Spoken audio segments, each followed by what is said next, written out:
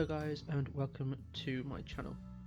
So in this video we are looking at gouache, to be specific Royal Talens Gouache. This is the same company that makes the Van Gogh student watercolours and the Rembrandt professional watercolours. And I purchased a small set of 5 tubes of gouache which they had as a whole set being sold. It comes with a little leaflet telling you about the colours, and it says that you can get all the colours you could ever want out of these 5. The 5 colours which I have are white, yellow, magenta, and cyan blue, and black. They all come in 20ml tubes and are all artist quality, using high quality pigments, and are all light fast.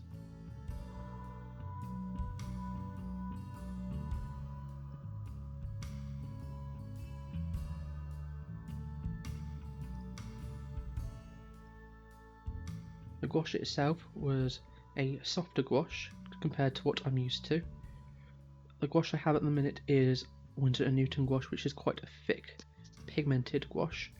This one is thinner, meaning that it will use more gouache faster, but it is quite a lot cheaper than Winsor & Newton. Here in the UK, the cheapest I found is Curtis Ward Art, and I think it's about £2.50 a tube, whereas Winsor & Newton are about £4 to £6 a tube for less gouache, as well as their tubes are only, I think they're 12 or 15ml. They're not very big. Actually, I think they're 14ml, I think. So here I just washed out all the colours. A couple of them were a bit streaky. I think there must have been some binder issues. So it was a little bit liquid on the top. I did mix it in as best as I could. And I'm just painting a colour wheel here to see what secondaries and what tertiary colours I can achieve. As you can see, I managed to make a nice mix of colours.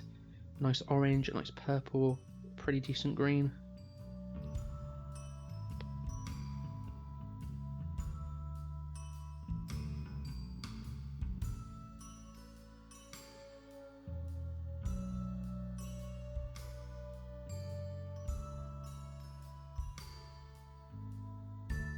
Gouache takes a little bit longer to work with than watercolour, as you have to be more careful, more gentle when laying down colours, as to get even consistency without any streaks, as gouache does show up streaks a lot easier than watercolour.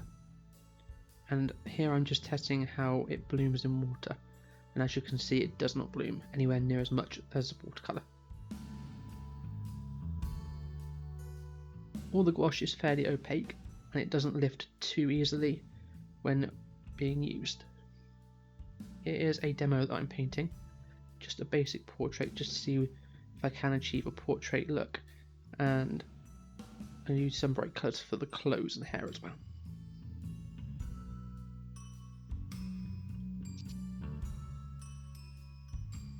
I can achieve a decent skin tone, however it does take quite a lot of mixing to get to it, as the normal colour most people use for a generic skin tone for Caucasian skin is like yellow ochre or raw sienna mixed with a pink or a cool red. And as there was no yellow ochre colour, it was difficult to get a yellow ochreish colour. I had to mix the bright yellow with a bit of red and blue and play around with the mixes until I got the dull yellow. It was quite a lot of playing around, and I did use quite a lot of gouache in the process. I definitely recommend, if you're going to get a gouache set like this, to get a few more colours that you will need, such as yellow ochre or a brown colour such as warm sepia or burnt sienna as well.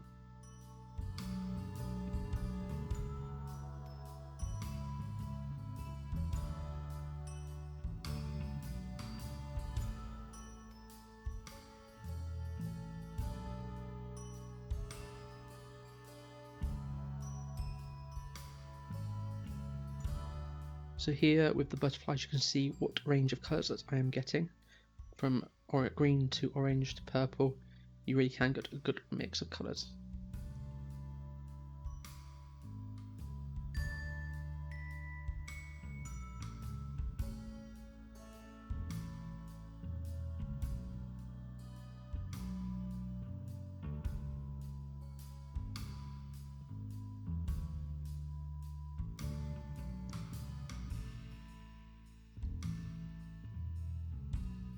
Gouache is a harder medium to work with than watercolour, as the consistency of the paint will have a massive impact on the way you work with it. If you work too thin and do too thin washes as like a watercolour wash, you will find that streaks develop more and you will find it will be patchy. If you however work the gouache too thick, you will find it lifts too easy when you try to layer it. You need to get an in-between consistency. The one I found best is like pouring cream, so double cream or single cream here in the UK, or half and half if you're in the US. It's sort of the consistency as well of a really thick watercolour wash.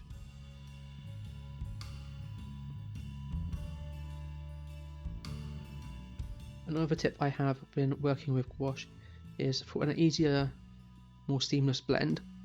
Once you've blended all your colours, leave it to dry, and then on top of that do a clear wash or a pale wash of like the undertone on top of that, and what that will do is that will reactivate the wash you have down just enough so it blends together a little bit but doesn't completely blend all together to mud.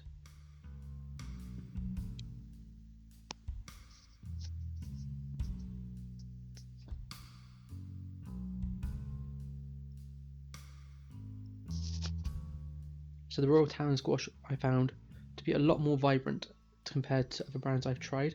I've only tried a few student brands, and I have the Winsor & Newton Professional Designer's Gouache, and I do find these to be a bit more vibrant than the Winsor & Newton. A lot easier to re-wet as well, they weren't so dry and crumbly. I found the Winsor & Newton, when it dried on the palette, to be quite stubborn when reworking, which is true for their watercolours as well. One thing you can do if you don't like dried gouache on a palette is add some honey or some glycerin to it while still wet, and that should keep it softer.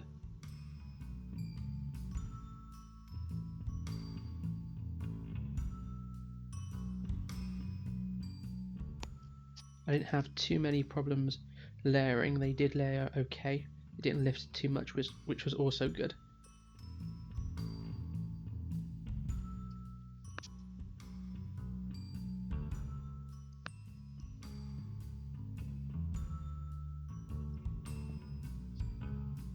I did struggle to get finer details with gouache, as I didn't have a lot of colours to work with, so I had quite a limited palette.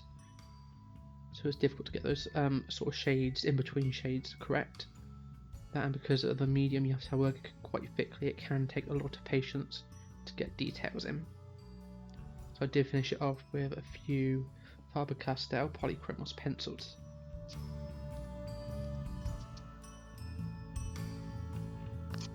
Overall, I do recommend buying this gouache if you're looking at getting into gouache.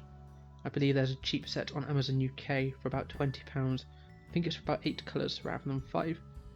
That's pretty good. Or you can buy them individually in tube forms from Curtis Ward.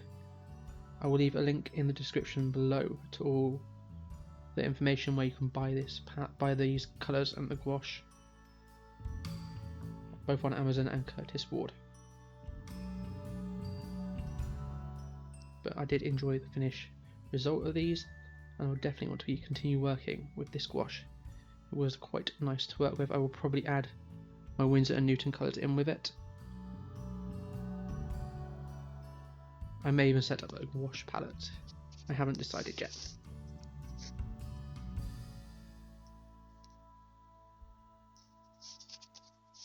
If you have any questions regarding gouache in general